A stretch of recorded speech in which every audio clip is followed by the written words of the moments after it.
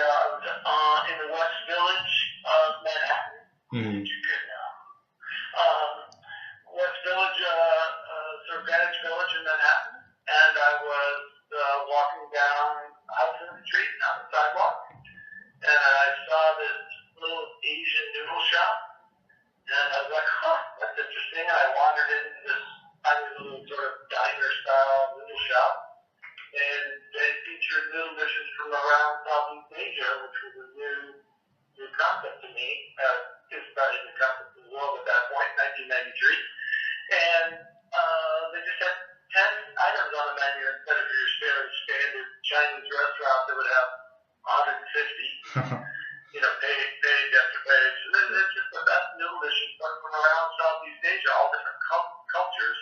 So back then, you used to have to go to a Thai restaurant to get pad thai, and then you'd have to go to a Japanese restaurant to get yakisoba, and then, on an Indonesian restaurant to get, like one of those Indonesian peanut sautés.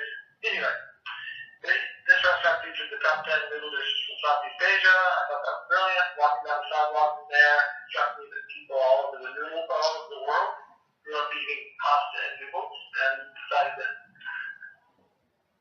all needed to be on one menu. Best noodle dishes from around the world on one menu. And I was obsessed with it ever since. Away I went. Mm-hmm.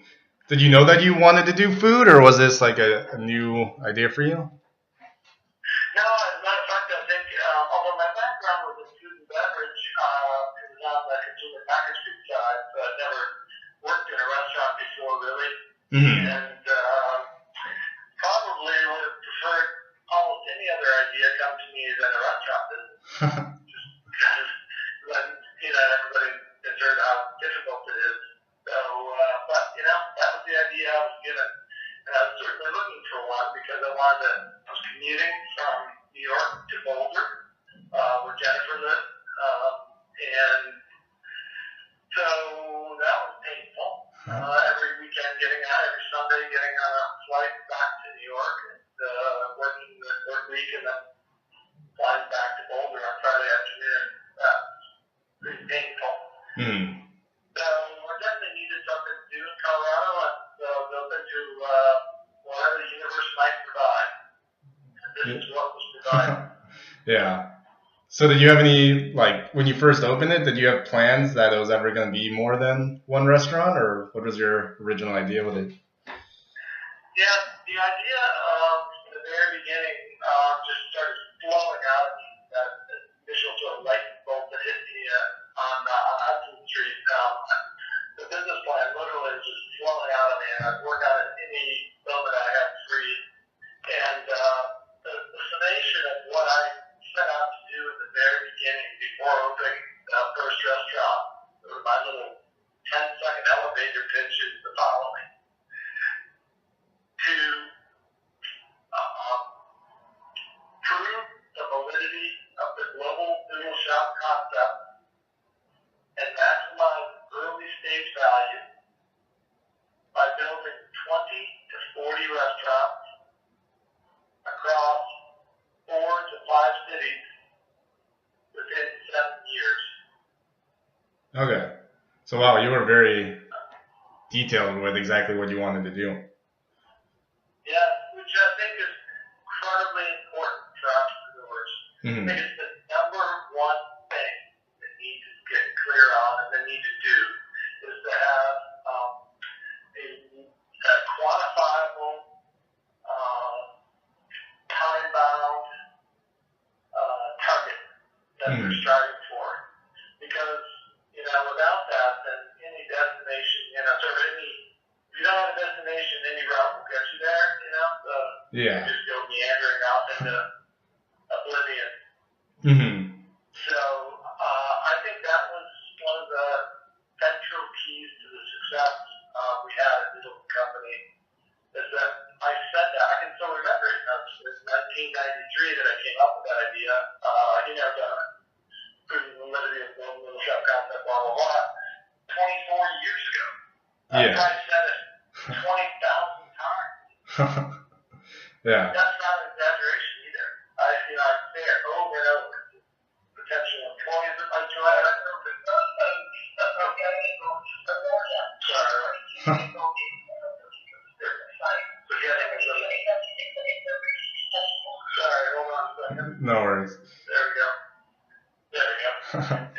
car just decided to give us some sort of traffic Oh, an accident somewhere far ahead. yeah. But Yeah. So, I mean, even with the goal, did you ever visualize the success that Noodles would become? well, did I ever? Yes, at some point I did. But that was probably after we opened the fifth restaurant, and I saw, all of the optimization, sort of what we call migrate to the bullseye. Mm-hmm. All the refinements and optimizing we had done over the first 3 years, and we opened the first Boulder restaurant, which was our fifth overall for the company, and I was like, wow, we have got it. We have really got it down. Yeah. The restaurant is feeding, 3,000 people a day. Wait, hold on a second. That's not quite right. We were doing $40,000 a week in sales, so like $2 million a year pace in 1998. Mm-hmm. In today's dollars is a lot of at the Boulder restaurant when we opened it. So that's just we realized we really figured it out, and at that point, I knew the only thing that would hold us back was our own ability to build the potential of the concept. The concept had extraordinary potential. Mm-hmm. So, but in the very beginning, before opening the first one, of course, 20 to 40 was fine. This guy, I've never, worked in a restaurant, let alone opened one or successfully run one. Yeah. Two.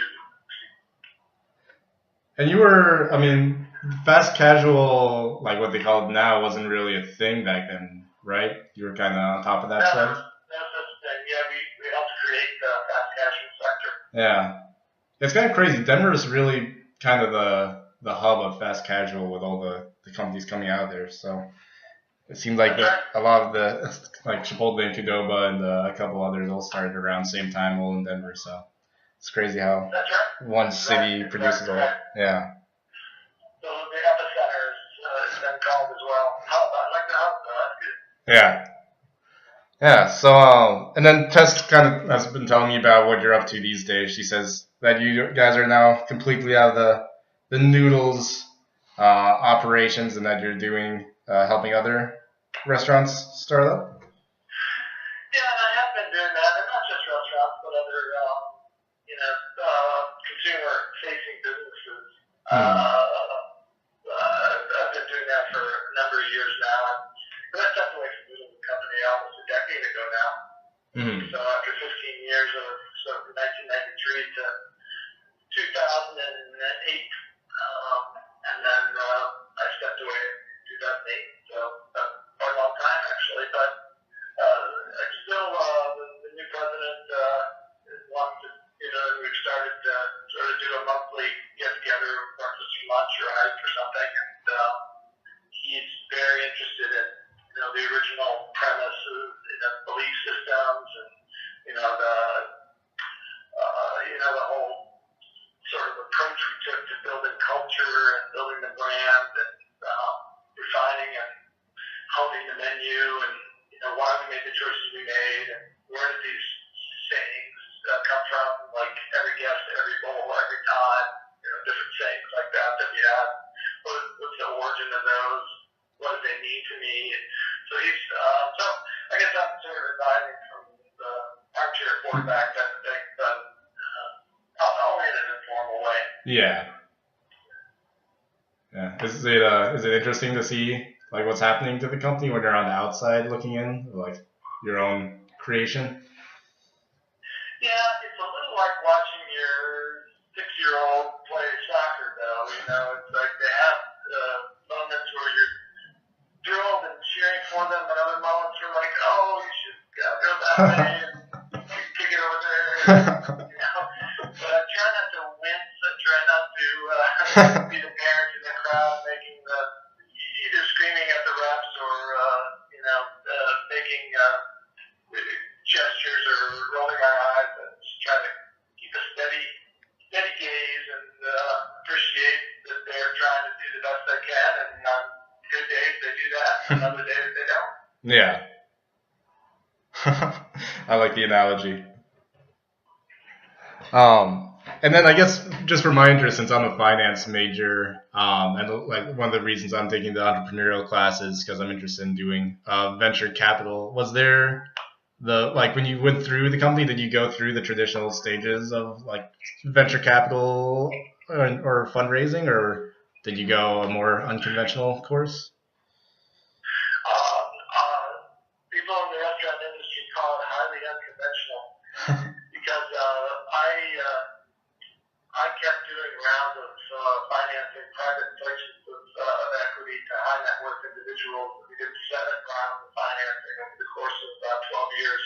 Mm-hmm. And you may not like to hear this, but I recognize that the venture capital model was for every 10 companies you invest in, you punch the accelerator down on all 10 of them as fast as you can. Realizing 1 or 2 are going to be your stars, make the whole portfolio, live on the money, and there are going to be 6 of them that'll go belly up, and maybe 2 will live along, 2 additional ones will sort of make their way in the world. And those odds were nowhere near good enough for me, and I never took venture capital money. We did never take private equity money either. We went, by the time we got the institutional financing, we went all the way to hedge funds. Yeah. The biggest players in institutional capital. And we didn't take any money from them for the company itself, so we were not forced into any kind of terms, conditions, and privileges and rights that shareholders often pursue. No, I don't know.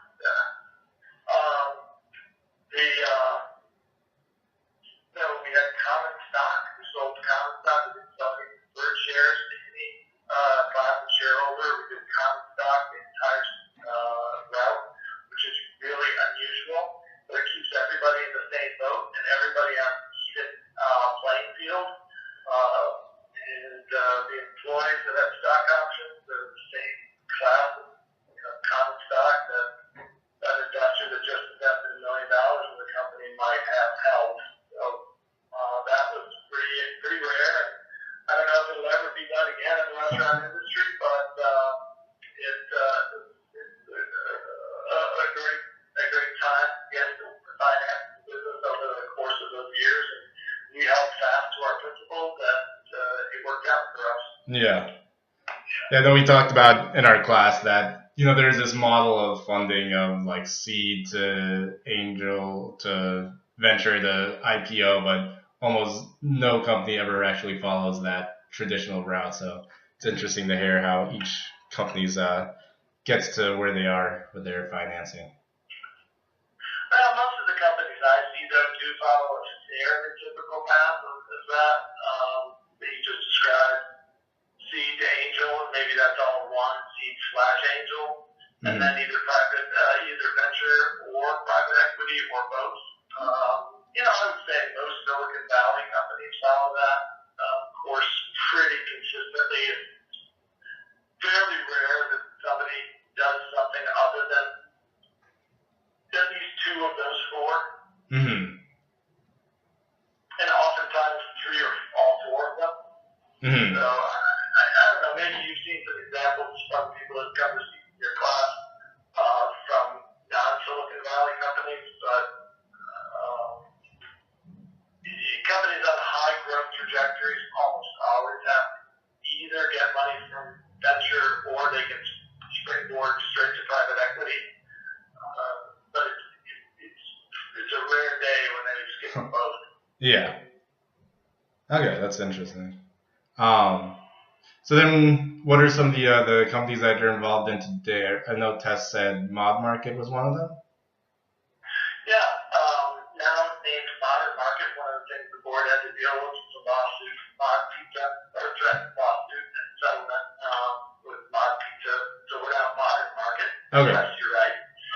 And Mark Burger and the Sterling Rice Group, which is a branding and advertising firm based in Boulder.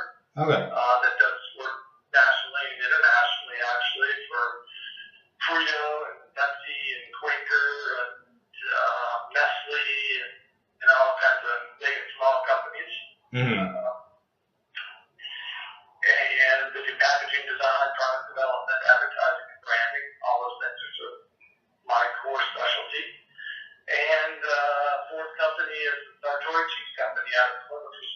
which is a fourth generation Italian American cheese company that wins best cheese in the world every decade or so.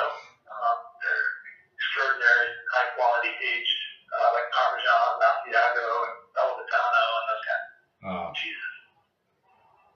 Sounds amazing. Well, all your restaurants have great food, so I can say that you have very good taste in the businesses you start to help with. Well, thank you. Yeah, I was very careful to select in terms of who to align myself with after stepping away from Nicholson Company, and had quite a number of alternatives. And fortunately, over the years, really felt like these two presented the most promise, and that I really am addicted and certainly believe in the food that they're offering. Yeah. The philosophies that they espouse and the way they treat their employees and that kind of thing. Yeah.